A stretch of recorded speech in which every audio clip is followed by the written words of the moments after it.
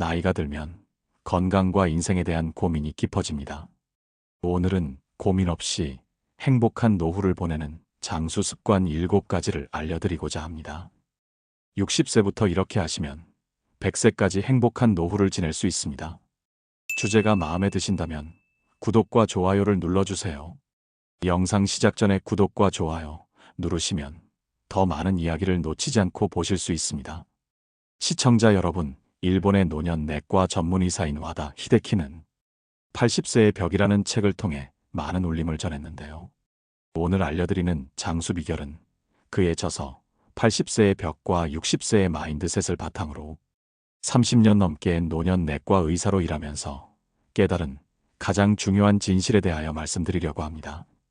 우리 구독자님들도 저희 행복한 노후 채널에 있는 영상을 통해 많은 노후 지혜를 시청하시고 감사를 전해주셨는데요. 오늘도 행복한 노후를 위한 인생 조언 7가지를 특히 60에서 70대 이후 80대를 살아가고 계신 분들께 꼭 전하고 싶은 이야기입니다. 와다 히데키 교수는 그의 새로운 책 60세의 마인드셋을 바탕으로 나이 들수록 반드시 알아야 할 인생의 이야기를 함께 들어보겠습니다.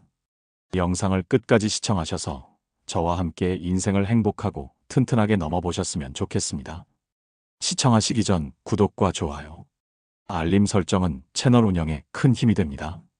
많은 분들이 나이 들어감에 따라 점점 더 움츠러들고 절약하고 조심스러워지는 경향이 있습니다.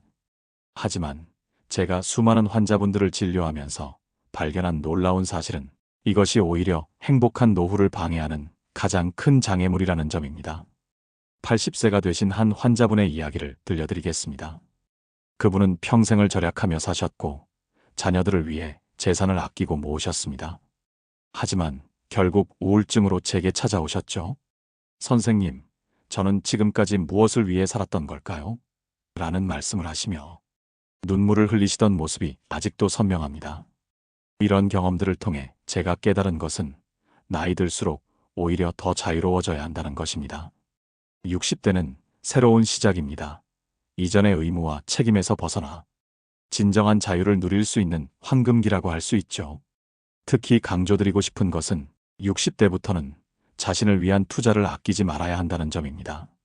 좋아하는 음식을 먹고 가고 싶은 곳을 가고 하고 싶은 일을 하는 것. 이것이 단순한 사치가 아니라 건강하고 활기찬 노후를 위한 필수 요소라는 사실을 아셔야 합니다. 제가 만난 가장 건강하고 행복한 노인분들의 공통점은 무엇이었을까요? 바로 자신의 삶을 적극적으로 즐기시는 분들이었습니다. 매주 손주들과 외식을 하고 친구들과 여행을 다니고 새로운 취미를 배우시는 분들이었죠. 반면 건강을 위해 과도하게 절제하고 자녀들을 위해 모든 것을 희생하시는 분들은 오히려 더 빨리 건강을 잃는 경우가 많았습니다. 이것이 제가 오늘 여러분께 꼭 전하고 싶은 메시지의 핵심입니다. 나이 들수록 더욱 자유로워지세요. 돈을 쓰는 것을 두려워하지 마세요. 자신을 위한 투자야말로 가장 현명한 노후 준비입니다. 물론 이 말이 무조건적인 소비를 권장하는 것은 아닙니다. 하지만 적절한 투자와 소비는 여러분의 삶을 더욱 풍요롭게 만들어줄 것입니다. 다음으로는 제가 경험한 더 구체적인 사례들과 함께 행복한 노후를 위한 실천적인 조언들을 나누어 보도록 하겠습니다. 특히 자녀와의 관계, 건강관리 그리고 일상생활에서의 작은 실천 방안들에 대해 말씀드리려고 합니다. 오늘은 특히 자녀와의 관계에 대해 숨기고 싶었던 비밀을 하나 말씀드리려고 합니다. 제가 진료실에서 자주 듣는 말이 있습니다. 자식들 위해서 살았더니 결국 나만 힘들어졌어요. 이런 말씀을 하시는 분들의 눈빛은 항상 쓸쓸함으로 가득합니다. 실제로 제가 경험한 한 사례를 들려드리겠습니다. 68세의 한 여성분은 성인이 된 자녀들을 위해 매달 용돈을 보내고 손주들 학원비까지 책임지고 계셨습니다. 그러다 본인이 갑자기 큰 수술이 필요하게 되었을 때 모아둔 돈이 없어 굉장히 난처한 상황에 처하셨죠. 이런 상황이 발생하는 이유는 무엇일까요? 우리는 나이가 들수록 자녀들에게 더 의존하게 될 것이라는 잘못된 생각을 가지고 있기 때문입니다. 하지만 현실은 정반대여야 합니다. 나이 들수록 오히려 자녀로부터 더 독립적이어야 하며 이것이 자녀와 건강한 관계를 유지하는 비결입니다. 제가 진료실에서 만난 가장 행복한 노년의 부부는 매우 특별한 원칙을 가지고 계셨습니다. 우리의 돈은 우리를 위해 쓰고 자녀들은 자신의 삶을 살도록 한다. 처음에는 이기적으로 들릴 수 있는 이 원칙이 실제로는 가장 현명한 선택이었음을 수많은 사례를 통해 확인했습니다. 여러분, 이제는 달라져야 합니다. 자신의 노후 자금을 자녀에게 쓰는 것은 자녀를 위한 것도 본인을 위한 것도 아닙니다. 오히려 자녀의 자립심을 해치고 본인의 노후를 불안정하게 만드는 결과를 초래합니다. 특히 강조하고 싶은 것은 비상금에 대한 개념입니다. 많은 분들이 비상금을 자녀들을 위해 남겨두려고 하시는데 이는 큰 착각입니다. 비상금은 오직 본인의 건강과 안녕을 위해 사용되어야 합니다. 자녀들은 자신의 비상금을 스스로 마련해야 합니다. 실제로 제가 만난 70대 후반의 한 남성분은 이런 말씀을 하셨습니다. 자식들에게 돈을 주는 것을 끊고 나서 오히려 관계가 더 좋아졌어요. 이제는 순수하게 정서적인 교류만 하게 되니까요. 이처럼 경제적 독립은 더 건강한 가족 관계의 시작점이 될 수 있습니다. 그렇다면 여러분의 돈은 어디에 써야 할까요? 답은 간단합니다. 여러분 자신의 행복과 건강을 위해서입니다. 좋은 음식을 먹고 좋은 곳을 가보고 새로운 것을 배우는 데 투자하세요. 이것이 진정한 의미의 노후 준비입니다. 마지막으로 한 가지 제안을 드리고 싶습니다. 매달 자신을 위한 행복 예산을 정해보세요. 그리고 그 돈은 반드시 그 달에 써버리세요. 처음에는 어색하고 불안할 수 있습니다. 하지만 이것이 활기찬 노후 생활의 시작이 될 것입니다. 이제 많은 분들이 궁금해하시는 건강관리에 대해 말씀드리려고 합니다. 특히 오늘은 제가 30년 동안 내과 의사로 일하면서 깨달은 어쩌면 충격적일 수 있는 진실을 공개하려고 합니다. 우선 이런 질문을 드리고 싶습니다. 여러분은 얼마나 자주 건강검진을 받으시나요? 몇 가지 약을 드시고 계신가요? 제가 만난 대부분의 노년층 환자분들은 지나치게 많은 검사와 약물에 의존하고 계십니다. 72세의 한 환자분 이야기를 들려드리겠습니다. 이분은 매달 여러 병원을 다니며 각종 검사를 받고 10가지가 넘는 약을 복용하고 계셨습니다. 하지만 오히려 건강은 계속 나빠졌죠. 왜 그랬을까요? 과도한 의료 개입이 오히려 몸의 자연스러운 회복력을 방해했기 때문입니다. 여기서 제가 꼭 강조드리고 싶은 것이 있습니다. 나이가 들수록 필요한 것은 더 많은 약이나 검사가 아닙니다. 오히려 몸이 보내는 자연스러운 신호에 귀 기울이고 활동적인 생활을 유지하는 것이 더 중요합니다. 실제로 제 진료실에서 가장 건강한 80대 환자분들의 공통점은 무엇일까요? 바로 약물 의존도가 낮고 규칙적인 외출과 가벼운 운동을 하시는 분들입니다. 특히 매일 30분 이상 걷기를 실천하시는 분들은 그렇지 않은 분들에 비해 확연히 건강한 모습을 보여주십니다. 그렇다면 어떻게 해야 할까요? 제가 제안드리는 건강관리의 새로운 원칙들을 말씀드리겠습니다. 첫째, 약은 최소한으로 줄이세요. 여러 병원에서 받은 약들이 중복되는 경우가 많습니다. 반드시 주치의와 상담하여 꼭 필요한 약만 복용하시기 바랍니다. 둘째, 일상적인 활동을 늘리세요. 굳이 무리한 운동이 아니어도 됩니다. 매일 산책하기, 계단 이용하기, 장보기 등 생활 속 움직임을 늘리는 것이 핵심입니다. 셋째, 식사는 즐겁게 하세요. 너무 엄격한 식이 제한은 오히려 건강에 해롭습니다. 좋아하는 음식을 적당량 먹으면서 즐거움을 느끼는 것이 더 중요합니다. 넷째, 사회적 관계를 유지하세요. 외로움은 모든 질병의 원인이 될 수 있습니다. 정기적으로 친구들과 만나고 대화하는 것이 어떤 약보다 효과적입니다. 특히 강조하고 싶은 것은 즐거움의 중요성입니다. 즐거운 마음이 건강의 기본입니다. 제가 경험한 많은 사례에서 우울하고 무기력한 상태가 지속되면 어떤 고가의 약도 효과를 보지 못했습니다. 마지막으로 건강에 대한 걱정과 불안을 내려놓으세요. 과도한 걱정이 오히려 건강을 해치는 주범이 될 수 있습니다.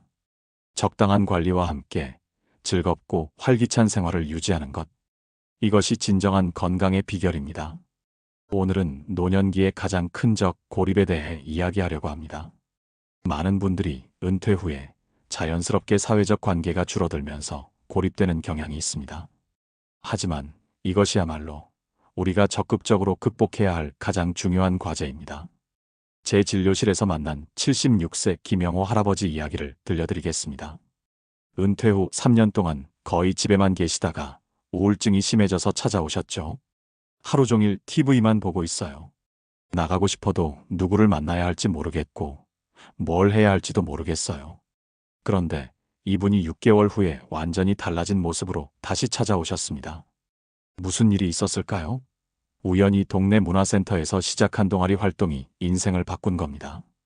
매주 2번씩 모여서 등산도 하고 바둑도 두고 때로는 함께 여행도 다니시면서 완전히 다른 삶을 살게 되셨다고 합니다. 여기서 제가 강조드리고 싶은 것이 있습니다.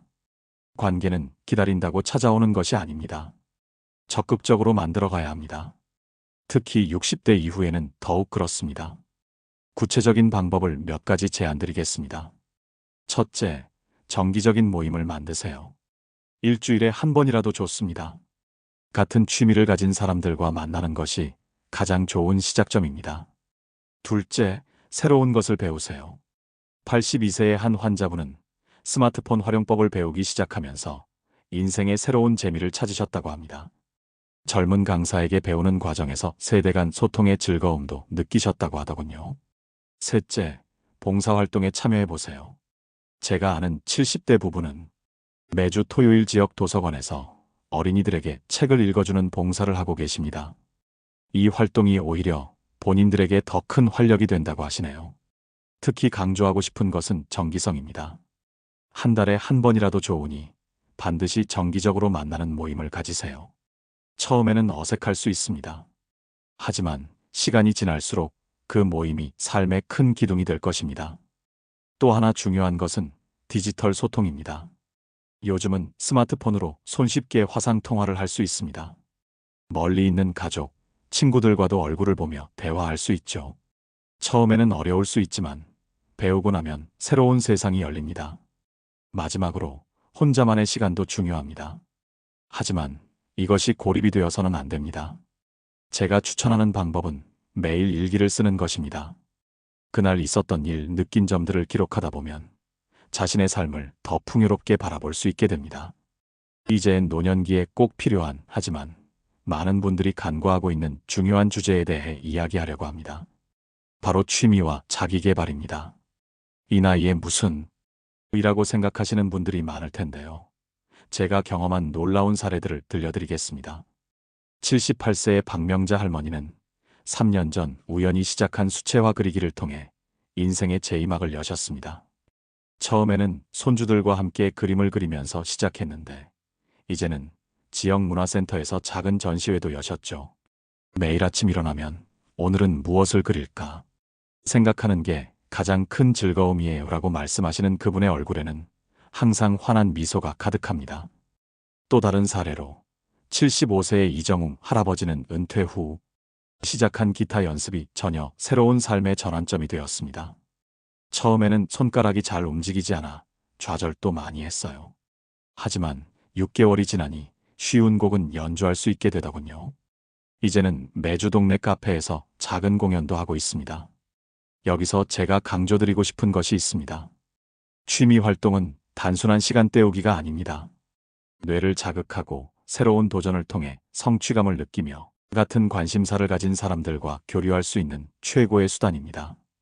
특히 놀라운 것은 새로운 취미 활동이 치매 예방에도 큰 도움이 된다는 점입니다. 제가 연구한 바에 따르면 60세 이후에 새로운 취미를 시작한 분들은 그렇지 않은 분들에 비해 인지기능 저하 속도가 현저히 낮았습니다. 그렇다면 어떤 취미를 시작하면 좋을까요? 제가 추천드리는 것들을 말씀드리겠습니다. 첫째, 음악 관련 활동입니다. 악기를 배우거나 합창단에 참여하는 것은 뇌를 자극하는 최고의 활동입니다. 게다가 다른 사람들과 함께하는 즐거움도 느낄 수 있죠. 둘째, 미술 활동입니다. 그림 그리기, 도예, 서예 등은 손의 섬세한 움직임을 유지시켜주고 창의력을 자극합니다. 완성작을 만들어내는 성취감도 큰 장점이죠. 셋째, 원예 활동입니다. 식물을 기르는 것은 생명력을 느끼게 해주고 매일의 작은 변화를 관찰하는 즐거움을 줍니다. 베란다, 정원이나 작은 화분으로도 시작할 수 있습니다. 넷째, 글쓰기입니다. 자서전을 쓰거나 시를 쓰는 것은 자신의 삶을 돌아보고 정리하는 좋은 기회가 됩니다. 더불어 인지기능 유지에도 탁월한 효과가 있죠. 마지막으로 강조드리고 싶은 것은 꾸준함입니다. 어떤 취미든 시작하고 2, 3개월은 힘들 수 있습니다. 하지만 그 시기만 넘기면 점차 즐거움을 느끼게 되실 겁니다. 이젠 노년기의 일상생활을 어떻게 관리하고 시간을 어떻게 활용할지에 대해 구체적으로 말씀드리려고 합니다. 많은 분들이 은퇴 후 시간이 너무 많아 오히려 힘들다라고 말씀하시는데 이것은 시간 활용의 기술을 몰라서 생기는 현상입니다. 제가 만난 가장 활기찬 노년을 보내시는 분들은 모두 규칙적인 일상을 가지고 계셨습니다. 85세의 한 환자분은 매일 아침 이렇게 시작하신다고 합니다. 6시에 일어나서 스트레칭을 하고 7시에 아내와 산책을 나갑니다. 8시에 아침을 먹고 신문을 읽죠. 9시부터는 제가 하고 싶은 일들을 시작합니다. 여기서 주목할 점은 규칙성과 목적성입니다. 단순히 시간을 보내는 것이 아니라 매 시간을 의미 있게 보내는 것이 중요합니다. 제가 추천하는 하루 시간 활용법을 말씀드리겠습니다. 첫째, 아침 시간을 충분히 활용하세요. 아침은 하루 중 가장 기운이 좋은 시간입니다. 이 시간에 가벼운 운동이나 산책을 하면 하루를 활기차게 시작할 수 있습니다. 둘째, 오전 시간은 두뇌 활동에 집중하세요. 책을 읽거나 퍼즐을 풀거나 새로운 것을 배우는 시간으로 활용하면 좋습니다. 뇌는 오전에 가장 효율적으로 작동한다는 것을 잊지 마세요. 셋째, 점심 식사 후에는 가벼운 활동을 하세요. 낮잠을 너무 길게 자면 오히려 생체 리듬이 깨질 수 있습니다. 30분 정도의 짧은 낮잠 후에는 산책이나 가벼운 집안일을 하는 것이 좋습니다. 넷째, 오후 시간은 사회적 활동에 할애하세요. 친구들과 만나거나 취미 모임에 참여하거나 손주들과 시간을 보내는 것이 좋습니다. 이 시간을 통해 하루에 한 번은 꼭 다른 사람과 대화하는 기회를 가지세요. 다섯째, 저녁 시간은 조용히 보내세요. TV 시청 시간을 줄이고 대신 하루를 돌아보는 시간을 가지세요. 일기를 쓰거나 가족과 대화를 나누는 것도 좋은 방법입니다. 특히 강조하고 싶은 것은 의미 있는 일과를 만드는 것입니다. 예를 들어 매주 월요일은 도서관 가는 날, 수요일은 운동하는 날, 금요일은 친구들 만나는 날 등으로 정해두면 일주일이 더욱 풍성해집니다. 제가 만난 한 73세 할머니는 이렇게 말씀하셨습니다. 은퇴하고 처음에는 정말 막막했어요. 하루가 1년 같았죠. 하지만 규칙적인 생활과 의미 있는 활동들을 하나씩 늘려가니 이제는 시간이 부족할 정도예요. 매일이 즐겁고 기대된답니다.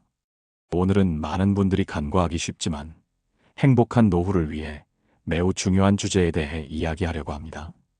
바로 주거 환경과 일상생활의 안전에 관한 것입니다. 제가 진료실에서 만난 많은 환자분들이 작은 환경 변화만으로도 삶의 질이 크게 달라지는 것을 경험했습니다. 특히 기억에 남는 사례가 있습니다. 77세의 한 여성분은 욕실에서 작은 낙상 사고를 겪은 후 집 밖으로 나가는 것을 두려워하게 되었습니다. 하지만 집안 환경을 조금씩 개선하면서 그 두려움을 완전히 극복하셨죠. 이제는 오히려 다른 노인분들에게 안전한 주거 환경의 중요성을 알리는 일을 하고 계십니다. 먼저 주거 환경 개선을 위한 핵심적인 조언들을 말씀드리겠습니다. 첫째, 조명에 특별히 신경 쓰세요. 나이가 들수록 시력이 약해지는 것은 자연스러운 현상입니다. 집안의 모든 공간, 특히 계단이나 욕실같이 위험할 수 있는 곳의 조명을 밝게 유지하는 것이 매우 중요합니다. 둘째, 미끄럼 방지는 필수입니다. 욕실 바닥, 현관, 주방 등 물이 닿을 수 있는 모든 곳에 미끄럼 방지 매트를 설치하세요. 작은 투자로 큰 사고를 예방할 수 있습니다. 셋째, 손잡이의 중요성입니다. 화장실, 욕조, 계단 등에 안전 손잡이를 설치하면 움직임이 훨씬 안정적이 됩니다. 처음에는 불필요해 보일 수 있지만 이것이 독립적인 생활을 오래 유지하는 비결입니다. 또한 일상생활에서의 안전을 위한 습관도 매우 중요합니다. 제가 추천하는 생활 수칙들을 말씀드리겠습니다. 첫째, 가구 배치를 단순화하세요. 불필요한 가구는 과감히 정리하고 이동 동선을 넓고 깨끗하게 유지하는 것이 중요합니다. 집안에서 넘어지는 사고의 대부분은 복잡한 가구 배치 때문에 발생합니다. 둘째, 비상 연락망을 눈에 잘 보이는 곳에 붙여두세요. 가족, 이웃, 주치의 등의 연락처를 큰 글씨로 적어 냉장고나 전화기 옆에 부착해두면 좋습니다. 셋째, 규칙적인 정리정돈 습관을 들이세요. 물건이 바닥에 떨어져 있거나 전선이 어지럽게 널려 있는 것은 매우 위험합니다. 매일 잠들기 전 간단한 정리정돈 시간을 가지세요. 특히 강조하고 싶은 것은 변화를 두려워하지 말라는 것입니다. 많은 분들이 집안 환경을 바꾸는 것을 꺼리시는데 이는 오히려 위험할 수 있습니다. 나이가 들수록 환경은 우리의 필요에 맞게 변화해야 합니다. 오늘은 많은 분들이 말씀하기 어려워하시는 하지만 매우 중요한 주제인 노년기의 정신 건강에 대해 이야기하려고 합니다. 특히 우울감과 불안, 그리고 이를 극복하는 방법에 대해 제가 경험한 사례들을 통해 말씀드리겠습니다. 제가 최근에 만난 69세 김철수 할아버지의 이야기부터 들려드리겠습니다. 은퇴 후 3년 동안 심한 우울감에 시달리셨는데요. 매일 아침 눈을 뜨면 오늘은 뭘 하지? 하는 생각에 가슴이 답답했어요. 30년 넘게 일만 하다가 갑자기 찾아온 이 공허함을 어떻게 채워야 할지 몰랐죠. 하지만 이분이 6개월 전부터 극적인 변화를 경험하셨습니다. 어떻게 그런 변화가 가능했을까요? 비결은 바로 마음 관리의 기술을 배우신 것입니다. 오늘은 그 구체적인 방법들을 여러분과 나누고자 합니다. 첫째, 감정 일기를 쓰는 것입니다. 매일 저녁 그날 느낀 감정들을 있는 그대로 적어보세요. 처음에는 어색할 수 있지만 이것이 마음을 정리하는 가장 효과적인 방법입니다. 오늘은 딸에게 전화가 안 와서 서운했다. 옛 직장 동료를 우연히 만나서 반가웠다 등 솔직한 감정을 적어보세요. 둘째, 감사 노트를 만드는 것입니다. 매일 밤 그날 있었던 감사한 일 3가지를 적어보세요. 아주 작은 것이라도 좋습니다. 오늘 아침 날씨가 좋았다. 마트 직원이 친절했다 같은 일상적인 것들도 훌륭한 감사거리가 됩니다.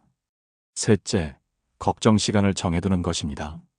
많은 분들이 하루 종일 걱정을 안고 사시는데 이는 매우 비효율적입니다. 대신 하루 중 30분을 걱정 시간으로 정해두고 그 시간에만 집중적으로 걱정하고 해결책을 생각해 보세요.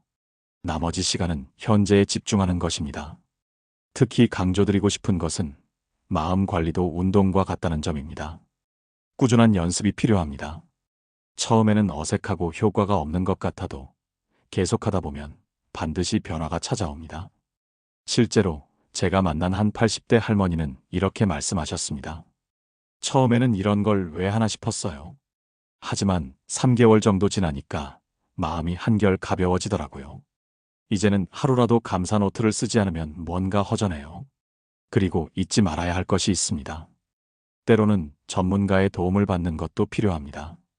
우울감이나 불안이 2주 이상 지속된다면 꼭 전문의와 상담해 보시기를 권합니다. 이것은 결코 부끄러운 일이 아닙니다. 오히려 자신을 위한 현명한 선택입니다. 다음은 노년기의 건강한 삶을 위한 또 다른 중요한 주제, 바로 영양관리와 식생활에 대해 이야기하려고 합니다. 많은 분들이 건강을 위해 이것저것 먹지 말아야 한다는 생각에 사로잡혀 계신데 오히려 이런 생각이 잘못된 결과를 초래할 수 있습니다. 제가 만난 한 75세 할머니의 이야기를 들려드리겠습니다. 건강에 너무 신경 쓰신 나머지 고기도 안 드시고 소금도 최소한으로 줄이고 과일도 당분 때문에 제한하셨습니다. 결과적으로 어떻게 되었을까요? 오히려 체력이 떨어지고 면역력이 약해져서 자주 아프게 되셨습니다. 여기서 제가 강조드리고 싶은 것이 있습니다. 노년기의 영양관리는 제한이 아닌 균형에 초점을 맞춰야 합니다. 오히려 나이가 들수록 더 다양한 영양소가 필요합니다. 구체적인 식사관리 방법을 말씀드리겠습니다. 첫째, 단백질 섭취를 충분히 하세요. 나이가 들수록 근육량이 감소하는 것을 막기 위해서는 단백질이 매우 중요합니다. 생선, 달걀, 두부, 닭고기 등을 매일 조금씩이라도 드시는 것이 좋습니다. 둘째, 채소와 과일은 신선한 것으로 드세요. 비타민과 미네랄이 풍부한 채소와 과일은 면역력 강화에 필수적입니다. 당분이 걱정되시더라도 하루 한두 조각의 과일은 꼭 드시기를 권합니다. 셋째, 수분 섭취를 잊지 마세요.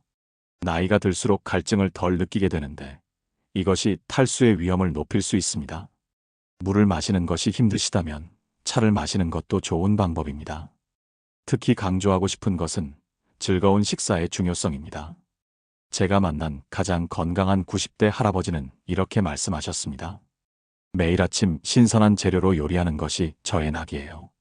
손녀가 와서 함께 먹을 때면 그게 최고의 행복이죠. 식사는 단순한 영양 섭취가 아닙니다. 가족이나 친구와 함께하는 식사는 정서적 건강에도 매우 중요합니다. 일주일에 한 번이라도 좋으니 누군가와 함께 식사하는 시간을 가지세요. 그리고 잊지 말아야 할 것이 있습니다. 약간의 입맛의 변화는 자연스러운 현상입니다. 하지만 식욕이 크게 줄어들거나 식사가 힘들다면 반드시 전문의와 상담하시기 바랍니다. 오늘 마지막으로 지금까지 우리가 함께 나눈 이야기들을 정리하고 제가 30년 동안 내과 의사로 일하면서 깨달은 가장 중요한 메시지를 전해드리고자 합니다. 여러분, 80대가 되어 뒤돌아봤을 때 어떤 삶이었다고 말씀하고 싶으신가요? 아껴야지, 조심해야지 하면서 정작 행복한 순간들을 미뤄두진 않으셨나요? 제가 만난 수많은 환자분들 중 가장 후회하시는 것이 바로 이것이었습니다. 좀 더 일찍 이것을 알았더라면 하는 말씀을 가장 많이 들었습니다. 그래서 오늘 제가 전해드리고 싶은 가장 중요한 메시지는 이것입니다. 지금 이 순간부터 시작하세요. 행복은 나중이 아닌 지금 만들어가는 것입니다. 첫째, 경제적인 면에서 자유로워지세요. 자녀들을 위해 모든 것을 아끼는 것이 아닌 현재의 행복을 위해 적절히 투자하세요. 여러분이 행복해야 자녀들도 행복할 수 있습니다. 둘째, 건강관리는 즐겁게 하세요. 과도한 약물이나 검사가 아닌 일상 속 작은 운동과 즐거운 식사, 그리고 충분한 휴식이 진정한 건강을 만듭니다. 셋째, 관계의 질을 높이세요. 많은 사람과의 얕은 관계보다 몇몇 사람과의 깊은 관계가 더 중요합니다. 정기적으로 만나는 친구 한 명이 수백 명의 지인보다 더 값집니다. 넷째, 새로운 도전을 두려워하지 마세요. 나이는 숫자에 불과합니다. 새로운 취미를 배우고, 새로운 장소를 가보고, 새로운 사람들을 만나보세요. 다섯째, 마음 관리를 하세요. 감사하는 마음, 이해하는 마음, 용서하는 마음이 여러분의 삶을 더욱 풍요롭게 만들어줄 것입니다. 특별히 강조드리고 싶은 것이 있습니다. 행복은 거창한 것에서 오지 않습니다. 매일 아침 일어나 창밖을 보며 느끼는 작은 기쁨, 좋아하는 음식을 먹을 때의 즐거움, 가족과 나누는 따뜻한 대화, 이런 작은 순간들이 모여 행복한 노후를 만듭니다. 마지막으로 제가 만난 한 90세 할아버지의 말씀을 전해드리며 오늘의 이야기를 마무리하고자 합니다.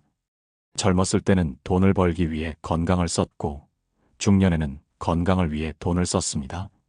하지만 이제야 깨달았습니다. 진정한 행복은 돈도 건강도 아닌 현재를 사랑하는 마음에서 온다는 것을요. 여러분의 남은 인생이 이제까지의 인생보다 더욱 풍요롭고 행복하기를 진심으로 기원합니다. 긴 시간 함께 해주셔서 감사합니다. 오늘 영상이 도움이 되셨다면 소중한 분들께 공유해 주시고 구독과 좋아요로 저를 응원해 주세요. 앞으로도 계속해서 이렇게 삶에 도움이 되는 행복한 노후 이야기로 찾아뵙겠습니다. 구독은 무료입니다. 여러분의 한 번의 클릭이 더 나은 콘텐츠를 만드는 원동력이 됩니다. 오늘도 행복한 하루 보내세요. 감사합니다.